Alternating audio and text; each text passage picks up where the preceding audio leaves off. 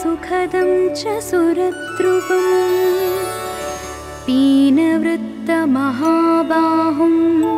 सर्वशत्रुनिबर्हणम्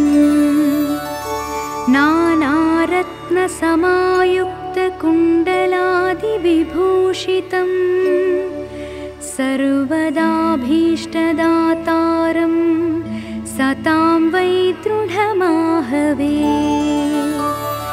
वासिनं चक्रतीर्थस्य दक्षिणस्थगिरौ सदा तुङ्गाम्भोदितरङ्गस्य वातेन परिशोभिते नानादेशागतैः सद्भिः सेव्यमानं नृपोत्तमैः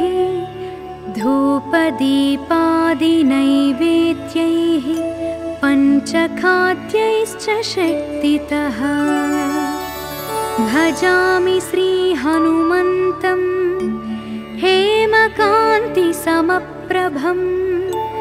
व्यासतीर्थयतीन्द्रेण पूजितं प्रणिधानतः त्रिवारं यः पठेन्नित्यं स्तोत्रं भक्त्या द्विजोत्तमः वाञ्छितं लभते भीष्टं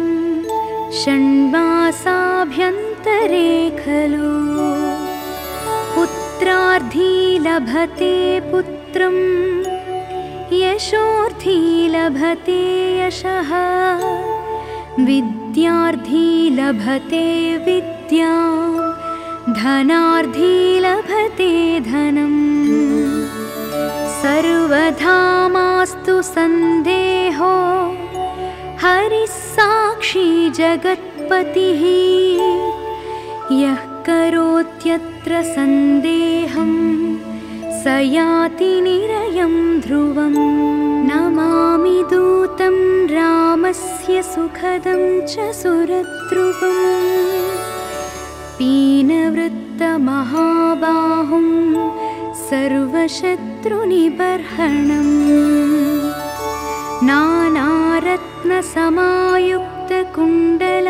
नानारत्नसमायुक्तकुण्डलादिविभूषितं सर्वदाभीष्टदातारं सतां वै दृढमाहवे वासिनं चक्रतीर्थस्य दक्षिणस्थगिरौ सदा तुङ्गाम्भोदितरङ्गस्य वातेन परिशोभिते नानादेशागतैः सद्भिः सेव्यमानं नृपोत्तमैः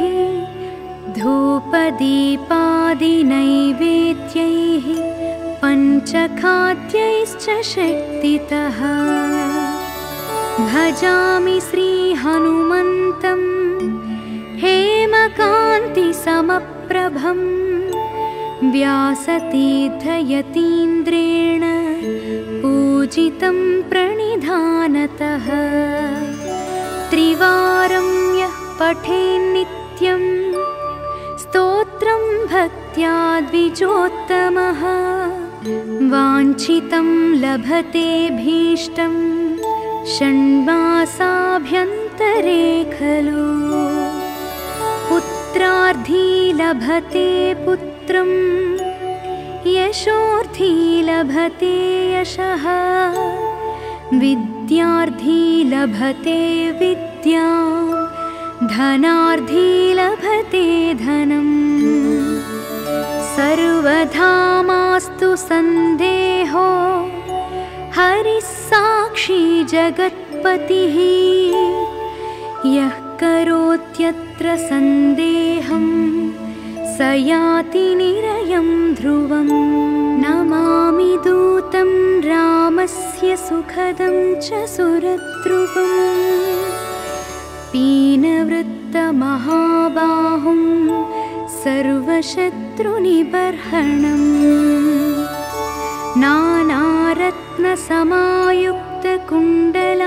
नानारत्नसमायुक्तकुण्डलादिविभूषितं सर्वदाभीष्टदातारं सतां वै दृढमाहवे।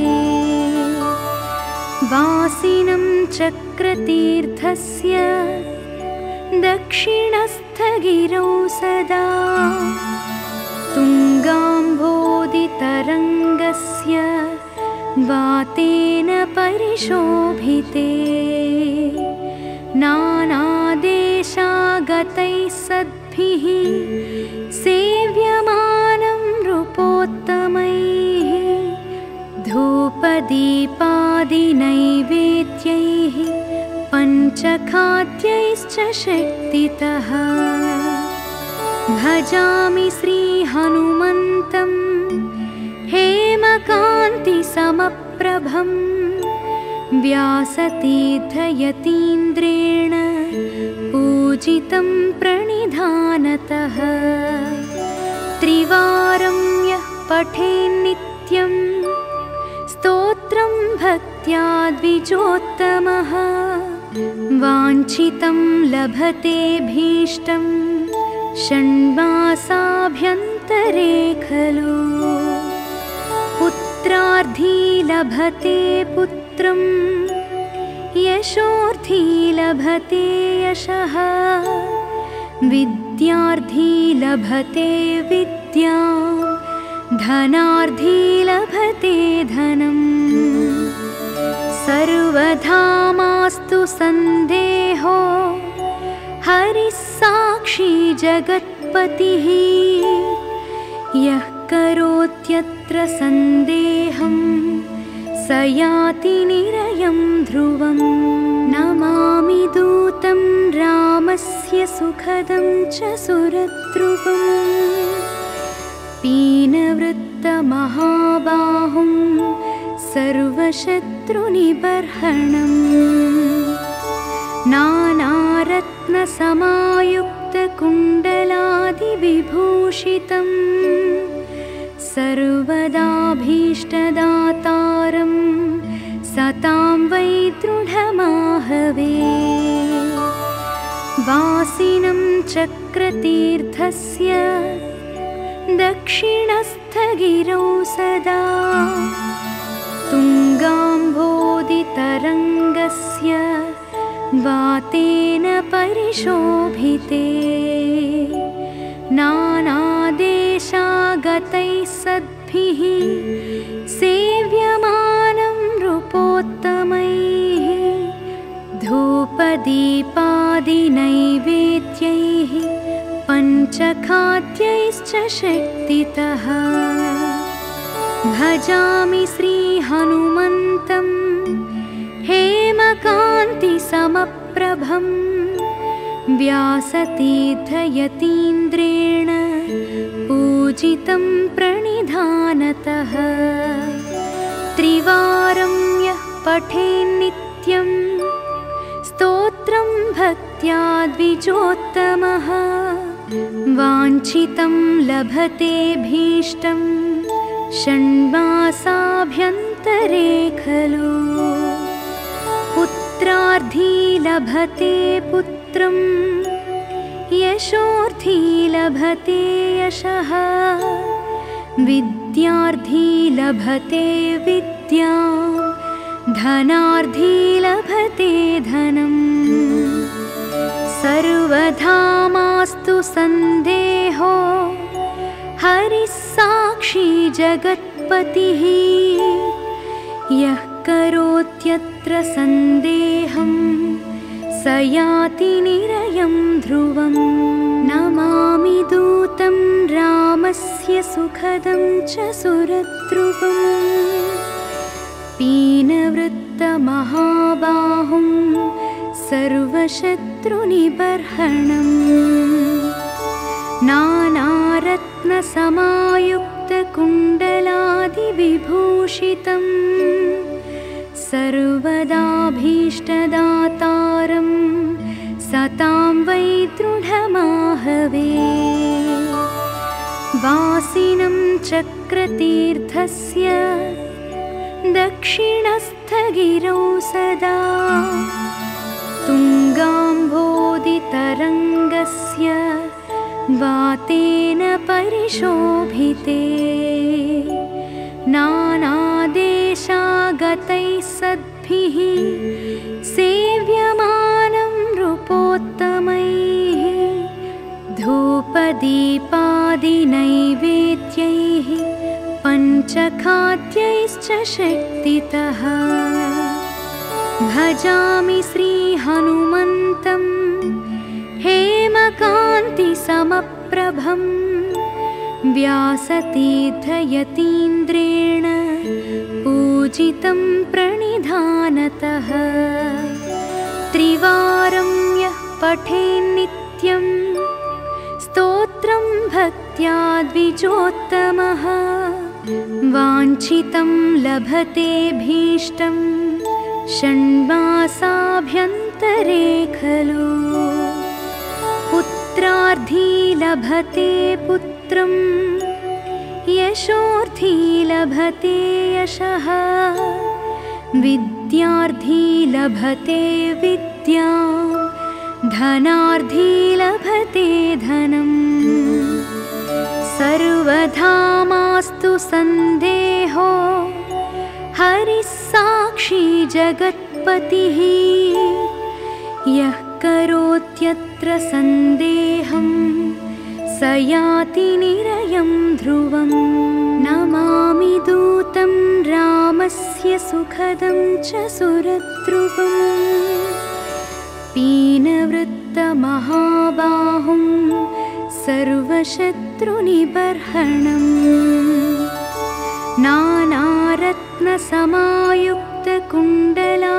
नानारत्नसमायुक्तकुण्डलादिविभूषितं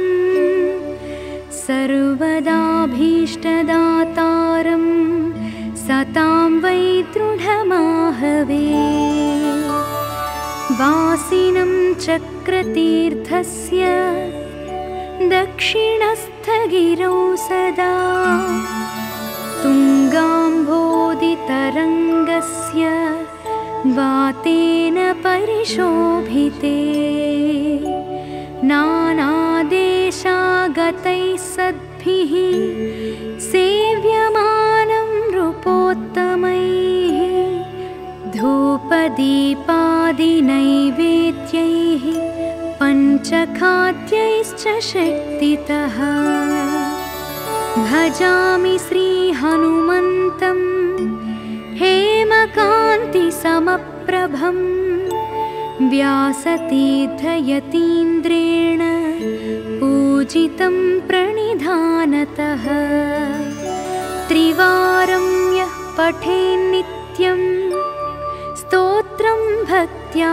द्विजोत्तमः वाञ्छितं लभतेऽभीष्टं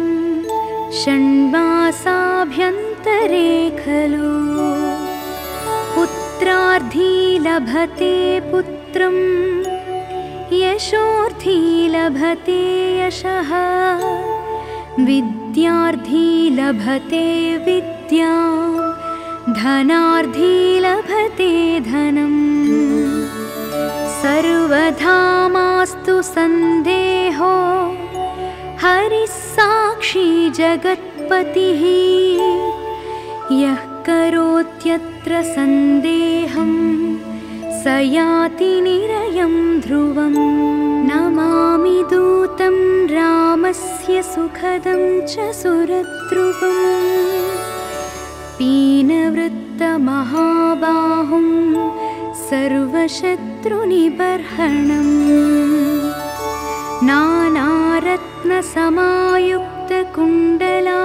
नानारत्नसमायुक्तकुण्डलादिविभूषितं सर्वदाभीष्टदातारं सतां वै दृढमाहवे वासिनं चक्रतीर्थस्य दक्षिणस्थगिरौ सदा तुङ्गाम्भोदितरङ्गस्य वातेन परिशोभिते नानादेशागतैः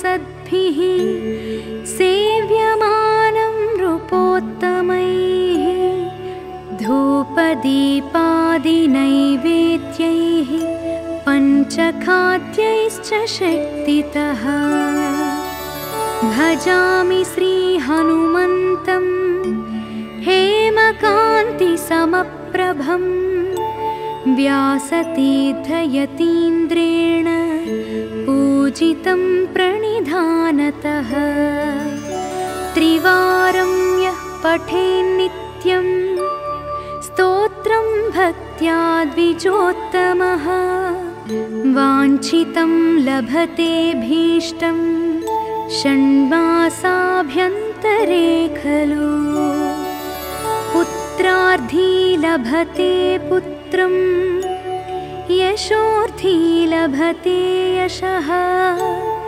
विद्यार्थी लभते विद्यां धनार्थी लभते धनम् सर्वथा मास्तु सन्देहो हरिः साक्षी जगत्पतिः यः करोत्यत्र सन्देहं स याति निरयं ध्रुवम् नमामि दूतं रामस्य सुखदं च सुरद्रुवम् पीनवृत्तमहाबाहुं सर्वशत्रुनिबर्हणम्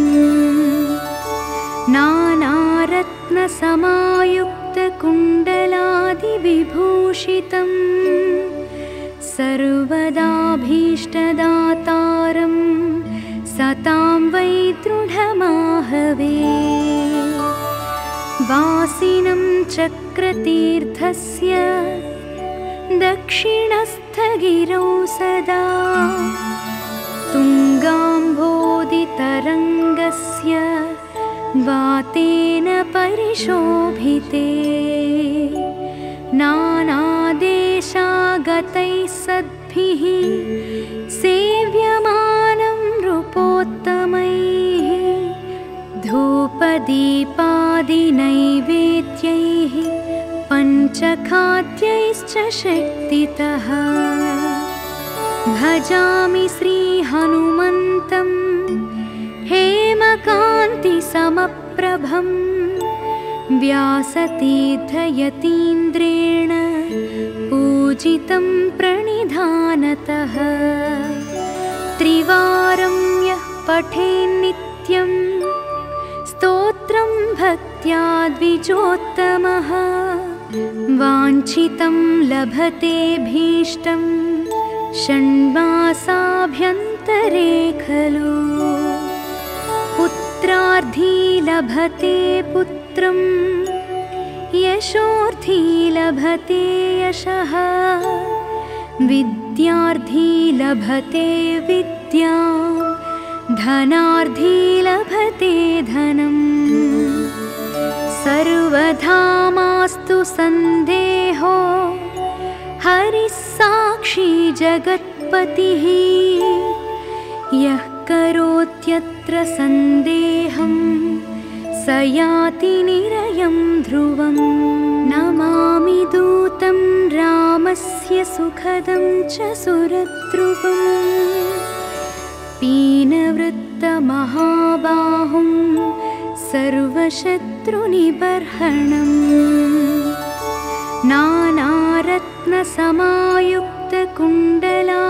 नानारत्नसमायुक्तकुण्डलादिविभूषितं सर्वदाभीष्टदातारं सतां वै दृढमाहवे वासिनं चक्रतीर्थस्य दक्षिणस्थगिरौ सदा तुङ्गाम्भोदितरङ्गस्य वातेन परिशोभिते नानादेशागतैः सद्भिः सेव्यमानं नृपोत्तमैः धूपदीपादिनैवेद्यैः पञ्चखाद्यैश्च शक्तितः भजामि श्रीहनुमन्तं हेमकान्तिसमप्रभं व्यासतीर्थयतीन्द्रेण पूजितं प्रणिधानतः त्रिवारं यः पठेन्नित्यं स्तोत्रं स्तोत्रं भक्त्या द्विजोत्तमः वाञ्छितं लभते भीष्टं षण्मासाभ्यन्तरे खलु पुत्रार्थी लभते पुत्रं यशोर्थी लभते यशः विद्यार्थी लभते विद्यां धनार्थी लभते धनम् सर्वथा मास्तु सन्देहो हरिः साक्षी जगत्पतिः यः करोत्यत्र सन्देहं स याति निरयं ध्रुवम् नमामि दूतं रामस्य सुखदं च सुरद्रुवम् पीनवृत्तमहाबाहुं सर्वशत्रुनिबर्हणम्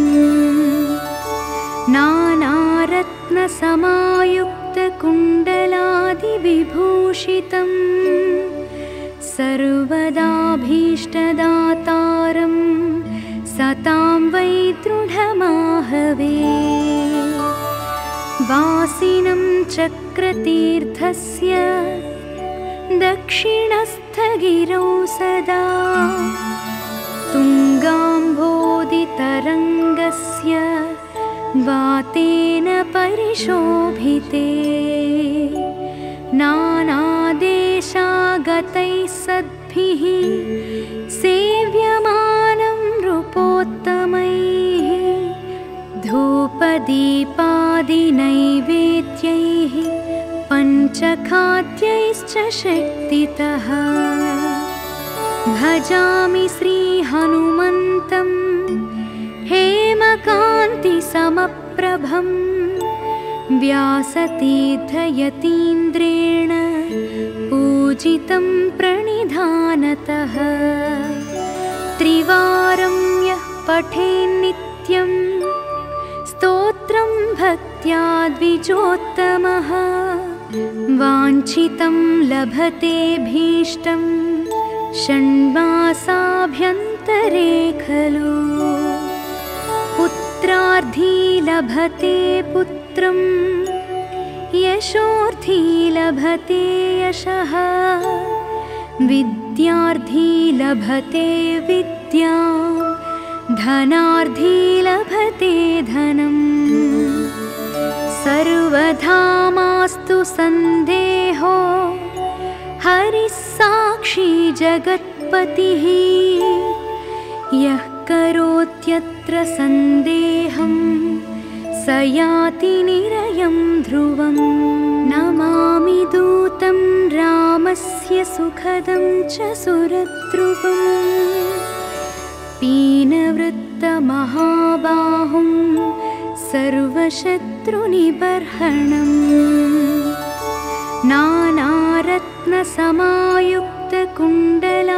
नानारत्नसमायुक्तकुण्डलादिविभूषितं सर्वदाभीष्टदातारं सतां वै दृढमाहवे वासिनं चक्रतीर्थस्य दक्षिणस्थगिरौ सदा तुङ्गाम्भोदितरङ्गस्य वातेन परिशोभिते नानादेशागतैः सद्भिः सेव्यमानं नृपोत्तमैः धूपदीपादिनैवेद्यैः पञ्चखाद्यैश्च शक्तितः भजामि श्रीहनुमन्तं हेमकान्तिसमप्रभं व्यासतीर्थयतीन्द्रेण पूजितं प्रणिधानतः त्रिवारं यः पठेन्नित्यं स्तोत्रं भक्त्या द्विजोत्तमः वाञ्छितं लभते भीष्टं षण्मासाभ्यन्तरे खलु पुत्रार्थी लभते पुत्रं यशोर्थी लभते यशः विद्यार्थी लभते विद्यां, धनार्थी लभते धनम्। सर्वधा मास्तु सन्देहो, हरिः साक्षी जगत्पतिः। यः करोत्यत्र सन्देहं, स याति निरयं ध्रुवम्। नमामि दूतं रामस्य सुखदं च सुरद्रुवम्। पीनवृत्तमहाबाहुं सर्वशत्रुनिबर्हणम्। नानारत्नसमायुक्तकुण्डलादिविभूषितं, सर्वदाभीष्टदातारं सतां वै दृढमाहवे। वासिनं चक्रतीर्थस्य दक्षिणस्थगिरौ सदा, तुङ्गाम्भोदितरङ्गस्य वातेन परिशोभिते। नानादेशागतैः सद्भिः सेव्यमानं नृपोत्तमैः। धूपदीपादिनैवेद्यैः पञ्चखाद्यैश्च शक्तितः। भजामि श्रीहनुमन्तं हेमकान्तिसमप्रभं। व्यासतीर्थयतीन्द्रेण पूजितं प्रणिधानतः। त्रिवारं यः पठेन्नित्यं, स्तोत्रं भक्त्या द्विजोत्तमः। वाञ्छितं लभते भीष्टं, षण्मासाभ्यन्तरे खलु। पुत्रार्थी लभते पुत्रं, यशोर्थी लभते यशः। विद्यार्थी लभते विद्यां, धनार्थी लभते धनम्।